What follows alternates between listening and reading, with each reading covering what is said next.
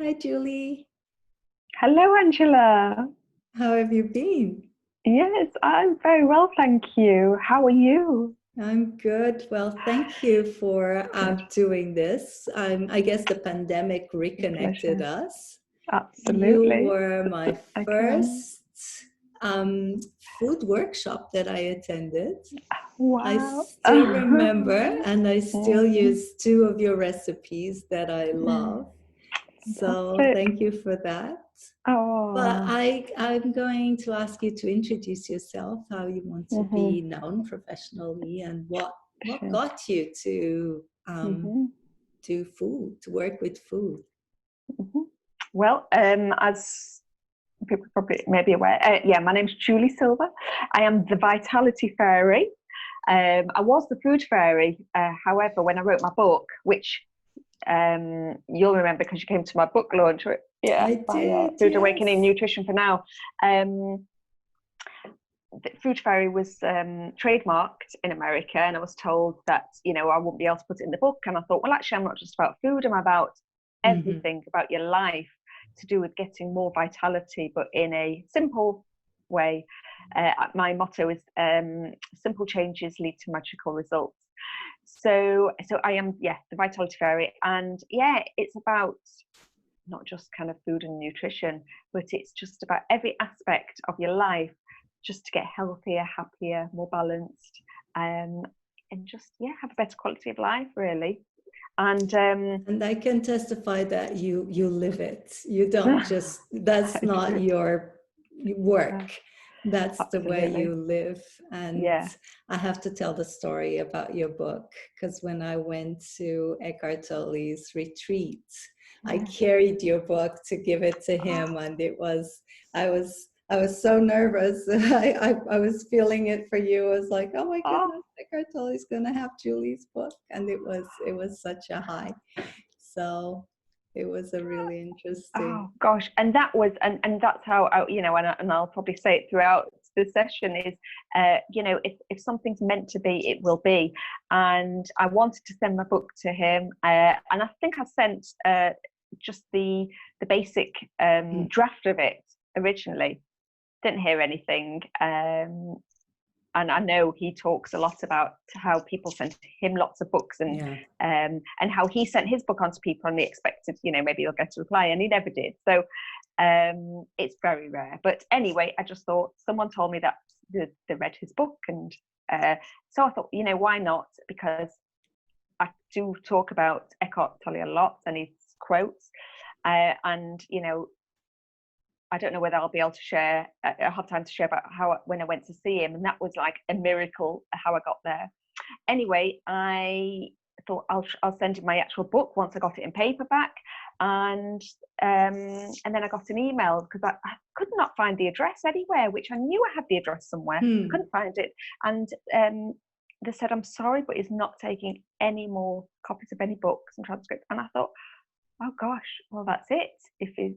If I'm meant to if there's meant to be a way, then show me how it can happen. I put out that I was doing my book launch. It happened to be the week that you were coming over. And when I told you the story, and you said, well, I'm actually going next month to see Yeah. him in Australia. Yes. Because weren't you going to a wedding then? Yes. And Yeah. and you took it for me. So you know what? Who knows whether It he's got looked at there. it, read it, anything? It's got there. So we'll see. Yeah. Yeah, But I just find it I never really know. interesting every time I see your book, which is there. I should have picked it up from my shelf, but it's there. Um, So anyway. Julie, there's a lot of uncertainty going on. Mm-hmm. How do you connect what you do with everything that's going on? Mm-hmm. Well, I'm a great believer in that whatever is meant to be will be, no matter what. And I believe that all the fear and the uncertainty and all those emotions that people have damped down for over the years, over the centuries, over whether you believe in past lives, ancestrally, it's all coming up to clear. If you've got clutter in your house and you want it cleared, it's not going to just magically disappear. You have got to sort it out and get rid of it. You have Whether to you need see help, it. yeah, You have have to to see it. see it. Yeah, Let it go. I've been using James Baldwin for a long time. I think I posted that quote over 2 years now. And he says that nothing can be faced until it's, no, nothing can be seen until it's faced, and nothing Yeah. can be changed until it's faced. And Yeah. it's really, it's that. I agree with you. And I think that's the role that emotions play with us. And I think our works combine perfectly, because I'm a great believer of small steps, and I work on acceptance. So it's accepting what is for what it is, and see what that brings. And it's funny you talked about the collective, because I've been reading about epigenetics and how that is carried through collectively. So yeah, we are fully aligned, even though we hadn't communicated in a few years. Absolutely. It's just, yes. And it's amazing how, you know, again, it's you'll just pick up what you need to pick up. And that's about even having that time for stillness. And that's why I think this time has been amazing, because it's allowed people to stop doing certain things and just be still more. And when you are still, things come to you. It's like your intuition, whether you call it guidance, you just know what to do, and you just get that inner feeling, and nobody could tell you otherwise. True. And, you know, we seek guidance from so many people saying, oh, is this what we should do? But we know deep down. And it's like with food, we know what we shouldn't, you know, be eating to feel a certain way. But actually, and that's why I always say there's no bad. In fact, I came up with a new title. I don't know whether it's going to be a chapter of another book or something, but even if it's bad, it's good. I like that. Because even if the food that you're eating, if it's to bring up an emotion, a health issue that you need to deal with, that is what's going to happen. You can't avoid it. It's just, it is. So by being still and actually, you know, feeling your feelings, I think Eckhart Tolle says it's the acceptance of non-peace that brings you the peace. So, you know, and it's not easy to do. It's not one of those things like, just accept it, just let it go. No. And I don't think you can actually teach anything like this. It's when someone is ready. You'll only do what you're ready to do when you're ready to do it. That's what that's true. So true. And in a way, it's interesting that you say that, because that was my question when I was there. It's actually going around.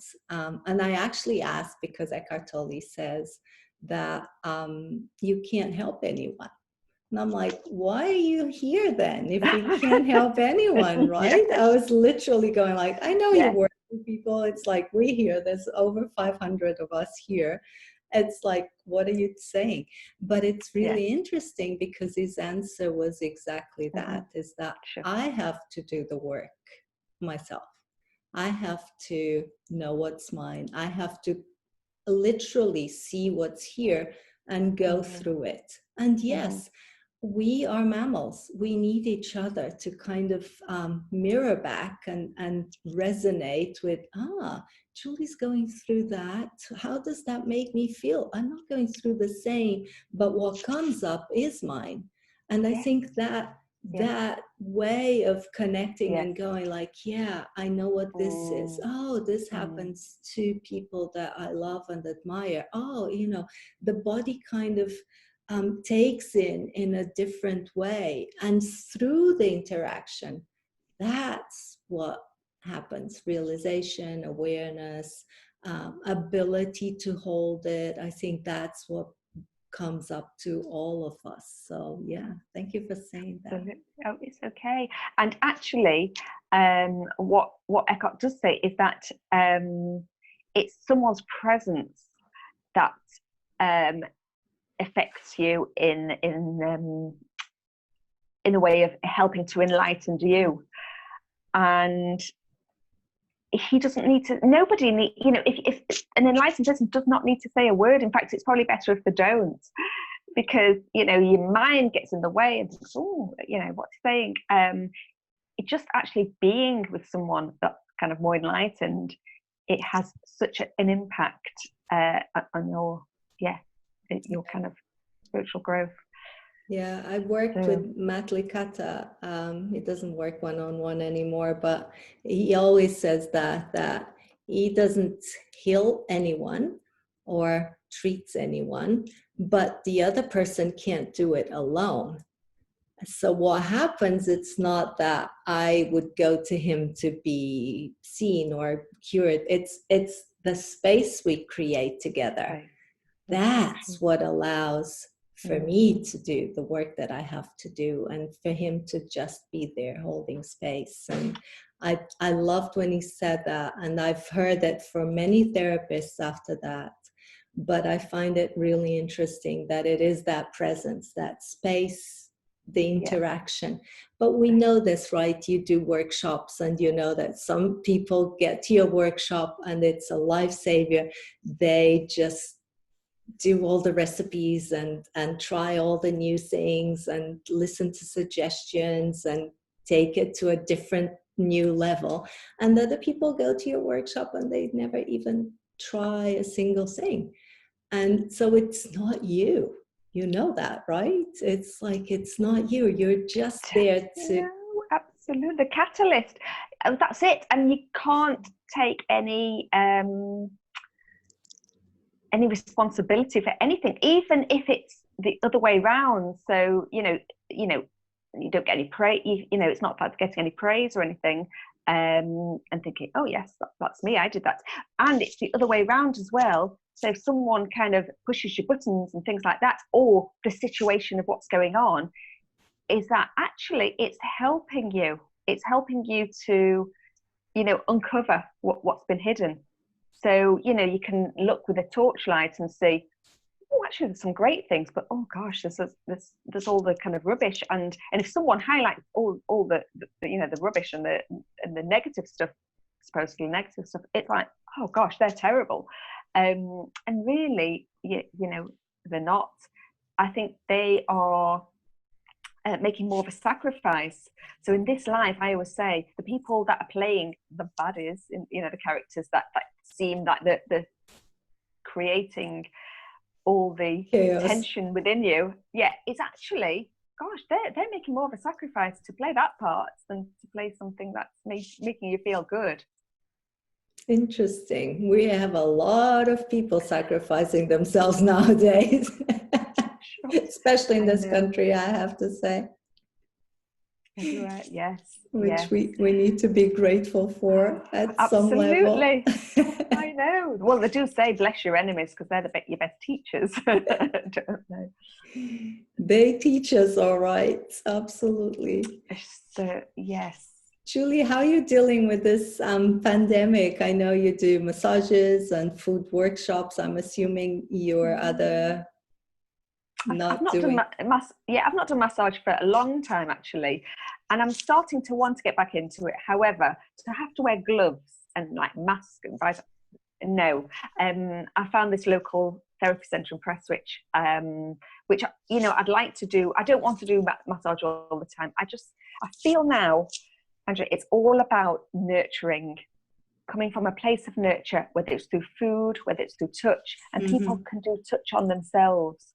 Just even, the self-soothing, stroking their arms, massaging the face, the hair, and, the legs, anything, face massage, it's all free. You can do it yourself. It is lovely when someone else does it, and it is so nurturing, the right person to do it. And, because of my life, I am kind of in a more mindful state. So to do massage in that state, it just feels so wonderful. Again, with food, kind of preparing food, and it's the way you prepare food, but it's not just that, it's the way you eat your food. And now what I would say more than ever is just make it such a pleasant and uplifting experience eating. Get your favourite, best crockery out. What are you saving it for? Maybe light a candle, a natural candle if possible, and just, clear up, maybe play some kind of music that's very kind of soft and gentle and uplifting. You can get them with positive affirmations in, things like that. But to be honest, it's best not to even have your phone on or close to you, because you know what it's like, your phone binging, making a noise. And just taking that breath before you eat, that conscious breath, and actually looking. Pause. Your newsletter talked about the pause, your last newsletter. Yeah. And just to kind of get that, as I say, that pause, and actually kind of look at the colours, at the smell of your food whilst your food is cooking, if you're actually cooking your own food, if you're getting a takeaway, whatever. Just make sure you kind of smell it, so your digestion gets that hit of something nice is coming. And the taste, the textures, make it into a meditation. The chewing of the food is so important, because, as I always say, the stomach hasn't got teeth, and it just prepares, it gives you the digestive enzymes, and actually makes you enjoy it. And actually, you're kind of more fulfilled, and you are less likely to want to overeat or eat, the wrong things. And you're just making it into a lovely experience that, your body and kind of all your organs are going to kind of feel, good from and nurtured. However, the most interesting thing I found out recently, not that I've actually found out, but it's just been kind of reinforced, is that light is so important on your gut health, is to get out as early as you can, first thing in the morning. If you can, for the sunrise, which for me, I can't get out that early in the summer, but I suppose I can do anything. You can do anything. I choose not to, and at the moment, but just to get out in that sunlight. And actually that helps your skin anyway, so less likely to kind of get burnt. It just protects you. It's that protective way, but also gives to give you that melatonin to help you sleep better, but helps your gut health, because sleep is extremely important for health. And if you sleep better, you make better choices food wise. So morning, definitely, if you can get out. Now, sometimes I know it's not easy for people. They are rushing, they may be going out to work, or they've got things to do. It's not possible. And to me now, I always say is, if you can't do it, visualize it, because the subconscious mind doesn't know whether something's imagined or real. So visualize yourself out there in the sunshine somewhere, watching the sunrise. Maybe your bare feet on the sand, or if you don't like the sand, on the grass, anywhere on the ground.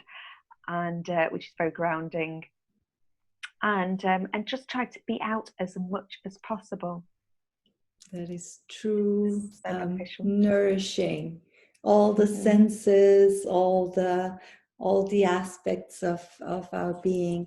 Well, thank you for sharing that. I think mindful eating is a lifesaver, if not just for the nutrition itself and the benefits you mentioned, this connection that you realize what food is and what food brings to your body. It just allows your body to be grateful, but I think it also regulates our own adrenaline, right? We're all in high alert for what's now, what's next, what's going to happen. And all of a sudden you give yourself that time, even if it's just for the time that you're eating, you kind of tell your system that it's okay. Right here, right now, we can do this. We can do this.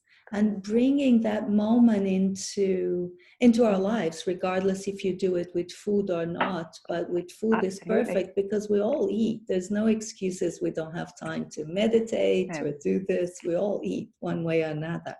So even if I agree with you, even if you're eating junk food, if you eat it mindfully, it just resets your whole system in a way that I think your body becomes very grateful. And overall, the effects on the way you deal with all the emotions, You went straight to the point. I love the light suggestion. I'm a lover of sunrise. I absolutely love the sunrise. I think it's my plug-in.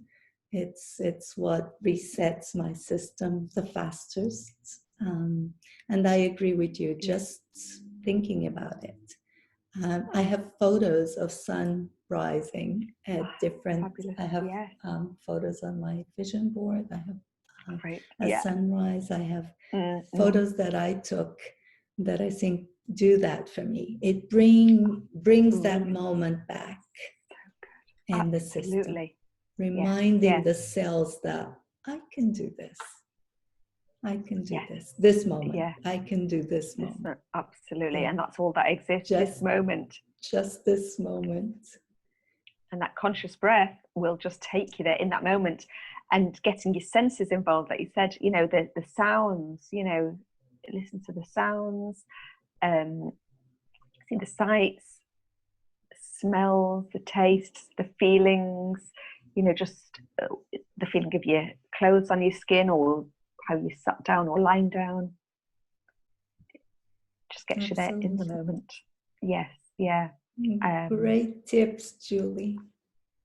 So I'm going to leave your website. So it's juliesilver.co.uk, right? That's right. Yes.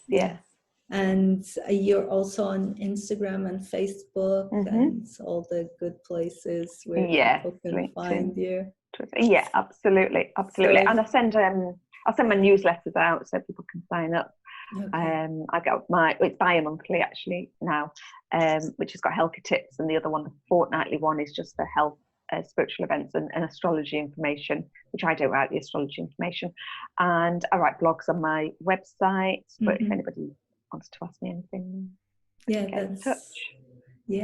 You're a well of information. I think your newsletter was the highlight of my life when I first moved there. It was like, what's going on? What's where? And I would always find something to do and connect. So I highly recommend it. And now, you know, you can do it. I think all the things are online anyway. Oh, so yeah, that's it doesn't matter where you are in the world. Which so, you know, opens possibilities. It really does, doesn't it? You have a weight loss program coming up, right? Did I see that right? Yes, I do. Oh, that's right. Yes, that's on the newsletter. Yes, it's webinars in September. Okay. I'm working with this just CBT and I think psychotherapy, is it?